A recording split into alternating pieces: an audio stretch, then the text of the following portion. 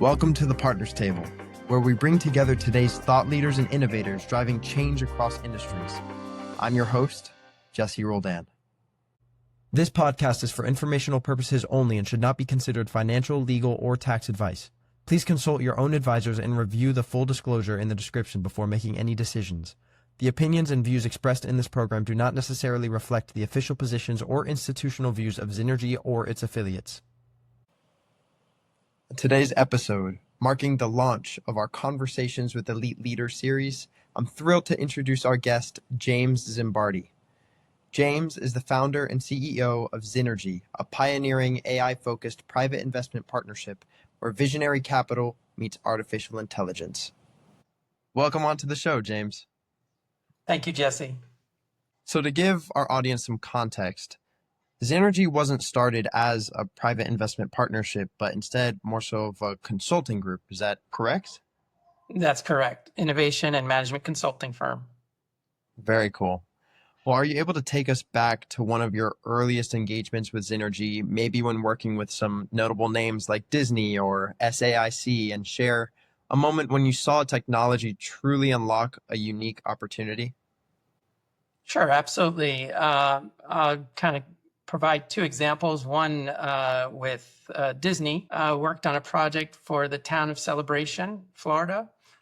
It was the first citywide intranet, and the intranet was designed to bring together the whole community, both the businesses in the town as well as the residents, where they can have a digital platform for communication, commerce, sharing of ideas, sharing of items within the community. So people were able to be fully engaged with each other through this intranet. And it was definitely, I would call it disruptive and revolutionary during that time for a town to have that capability. The second project was an educational project. And interesting enough, this was probably in the early 2000s, where we were using AI at the time, actually, in order to give a unique experience to kids K through 12. So instead of having a hard textbook for how they would receive content, we gamified that, and we used what's called 3D worlds in addition to AI, so that a student can have an interactive and dynamic experience with things that were going on in, from a historical standpoint. So super fun, super interesting project. Again, leveraging AI back in the early 2000s, when AI wasn't even a thing or anyone really knew about it. We were applying it towards how to improve education and the educational system in the United States for K through 12. Wow. So AI has been at the forefront of your mind for a long time. At what point or inflection point did you kind of realize that Zynergy needed to evolve from a pure consulting company into something more? Was it those AI market signals that you saw early on? Or were there internal conversations that kind of sparked that shift? Yeah, I would say a big part of it is, part intuition and part experience in dealing with various market cycles over the past 25 plus years of my career, going through the .com era, COVID, and now AI. I would suggest we're definitely in what I would consider the fourth industrial revolution. And what does that mean? That's where there's kind of an intersection between disciplines where finance, energy, and tech collide. I think those are the big three pillars that we're going to see really emerge as considered, especially mega caps and other large conglomerates are going to be vying and bidding for and jockeying for having all three of those things under one roof, where they're controlling the energy, the banking system, as well as the technology. And I've already recently seen reports about this where there's new entrants and new emerging companies that are not in the banking business that are lobbying and applying for licenses to get into the banking business. So This is kind of coming to fruition as thought. And there's an article on LinkedIn that I posted that speaks to this issue as well for more detail. I love what you said just there at the end about other companies that are not even in the banking or finance industry now applying and pursuing these licenses to become a part of it. I'd love to keep talking a little bit about AI here. Obviously, people have mixed feelings on the topic. Some see it as a tool that's going to be incredibly useful moving forward, and some others see it as a bit of a threat. And I think a lot of where that comes from is fear that it'll replace jobs. So, can you talk to that point just a little bit and share if that was a consideration of yours when you shifted from doing consulting to creating this private investment partnership? Yeah, so AI introduces the ability to have thousands, if not millions, of consultants with a stroke of a key or your voice. Not many things become obsolete immediately, like even consulting, and neither will the need for the consulting services. But it is important to be an early adopter and to recognize when change is happening or coming and not be on your heels but your toes. For example, I recently heard even some of the big consulting firms right now are reorienting themselves in the market, and they're positioning themselves as reinvention services instead of consulting services.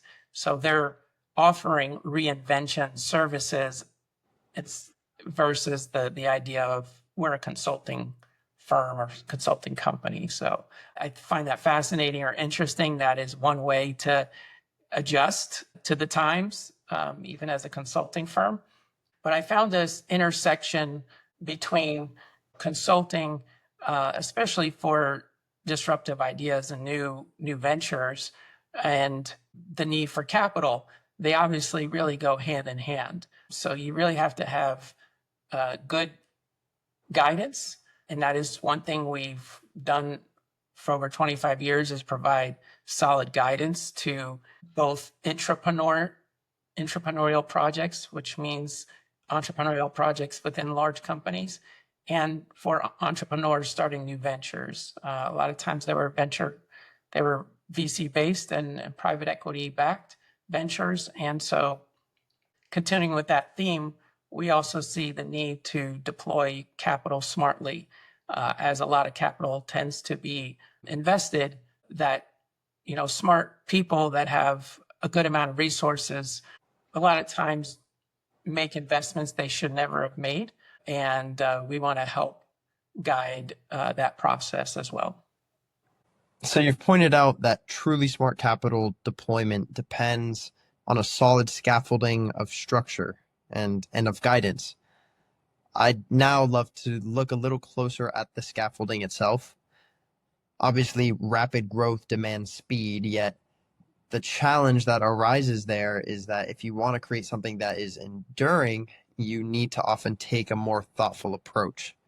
It's a paradox.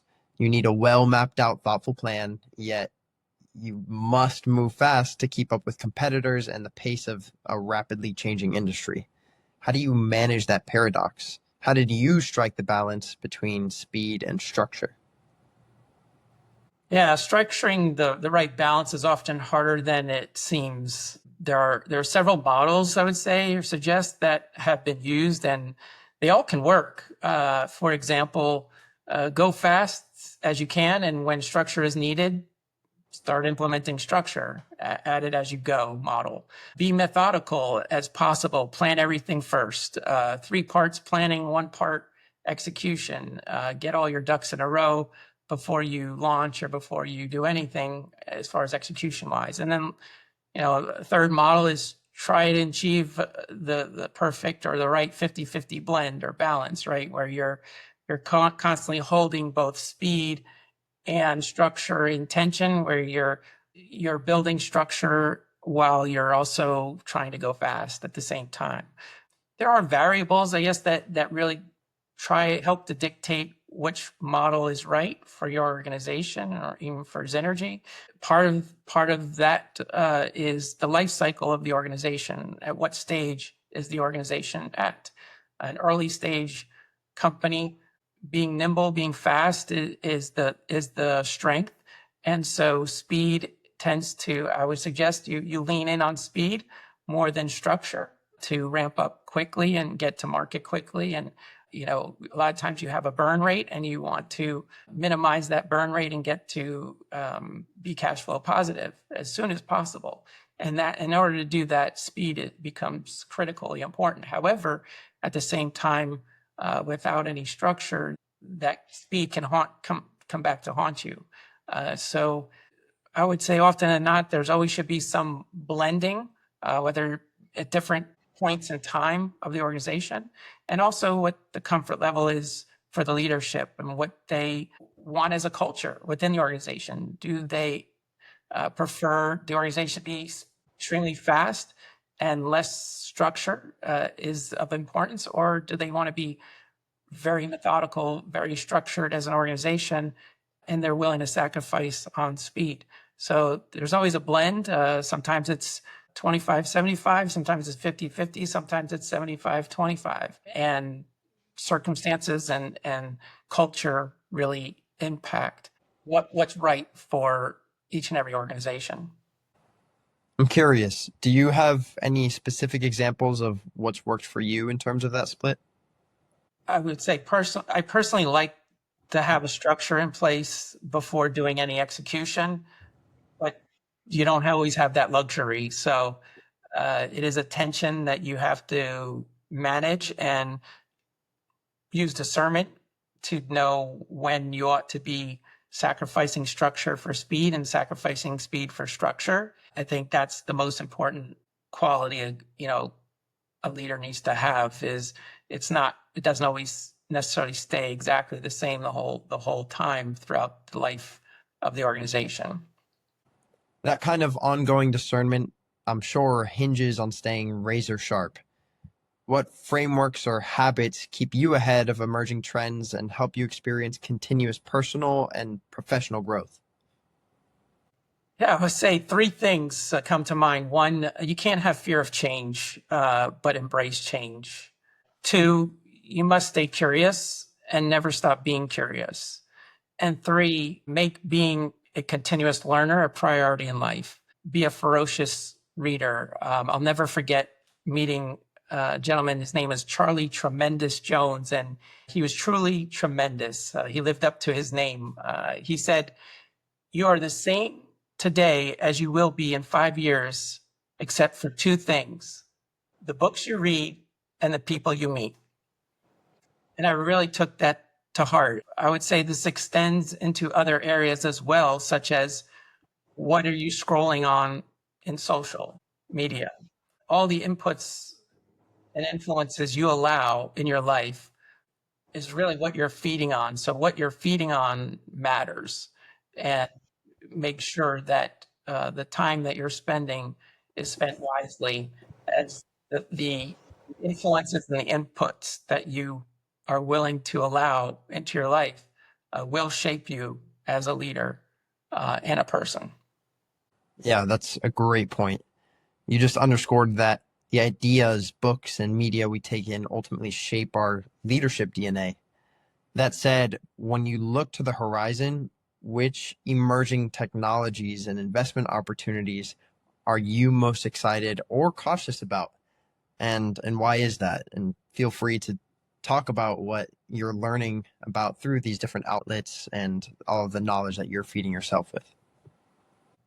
Yeah, great question, and a complex one as well. AI is undoubtedly revolutionizing almost everything from the types of businesses that will emerge to the jobs and roles that people will have moving forward. Some will become, or many may become, most likely become obsolete, but there will be new ones that emerge as well and created. I heard the idea or notion that who will be the first person to create a $1 billion company as a solopreneur.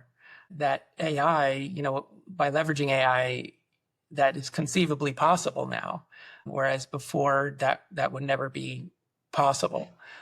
We're primarily as Zynergy, an organization, We are primarily interested in finding solid businesses that can leverage AI to experience exponential growth.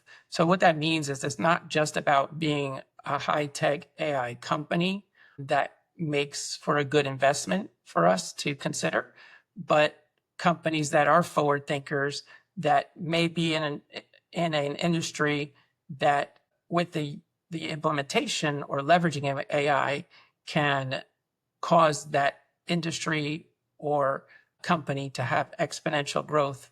And those are places where we can really fit in nicely. And those are the types of investments that make a lot of sense for us, in addition to, AI tech pure plays as well and software plays. But what we're seeing right now is there's a tremendous amount of new startups and new ventures that are going on. And there is going to be, I would say, a lot of winners and losers in this space. A lot of them are duplicating what others are doing. I think of CRM as a good example. Almost every business software package has CRM embedded in it, but only a few are leaders in CRM. So it's one of those things where it gets diluted when there's a lot of players doing the same thing, and not everyone survives that situation. Something really worth noting and understanding too is at Zynergy, we also take a uniform distribution approach instead of a typical power law distribution approach when investing in early stage companies and opportunities. And so what does that mean? The typical or traditional power law distribution approach is you invest in 10 companies and you're expecting 1 out of 10 to be a grand slam. Typically, the remaining 9 companies are usually you're hitting singles, but you're okay with that as long as 1 of the 10 is a grand slam. That's the power law distribution approach. At Zynergy, we take a uniform distribution approach, which means with all our investments, we're at least looking to hit doubles, and that we'll take a double over and over and over again, with the hopes and anticipation that we're going to hit home runs and grand slams as well. So a little bit different philosophy, a little bit different approach than what a lot of others in the market that do private equity or venture capital, how they think and how they approach their investments. I appreciate you taking the time to go over those differences in distribution approaches. Now, for this last question, it'd be great to step back from firm strategy for a second and hear your thoughts on how emerging leaders should position themselves for that aforementioned horizon. Yeah, Jesse, the first thing one should think about and know, what are your core values? What are your core principles? And what are your core beliefs? You don't want to just have a set of core beliefs either that are willy-nilly. You want to make sure your core beliefs become convictions. And what does that mean? Conviction is something that will stand the test of time. It holds true when the going gets tough, that you will still stand on those core beliefs, core principles, and those core values, regardless of what's going on in the organization in that time of your life.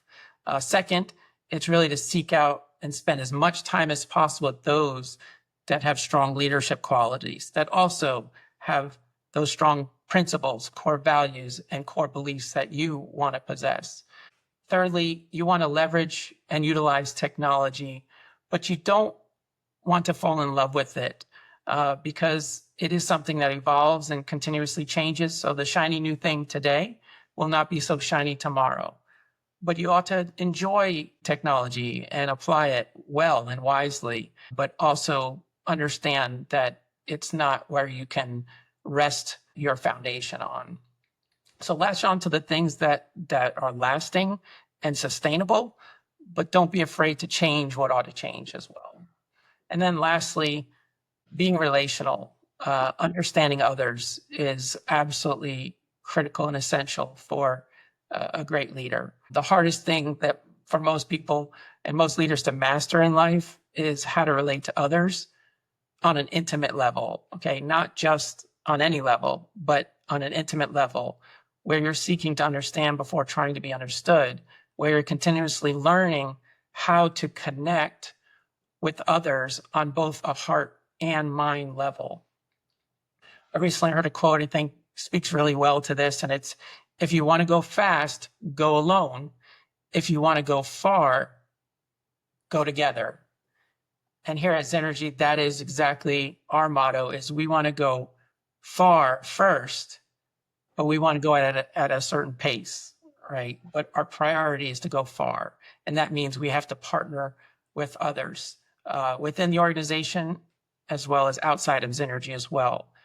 So our investors are our partners, the people within our organization are our partners, and we have an ecosystem, and that is really the only way to do business, whether you're in the midst of an AI revolution or not.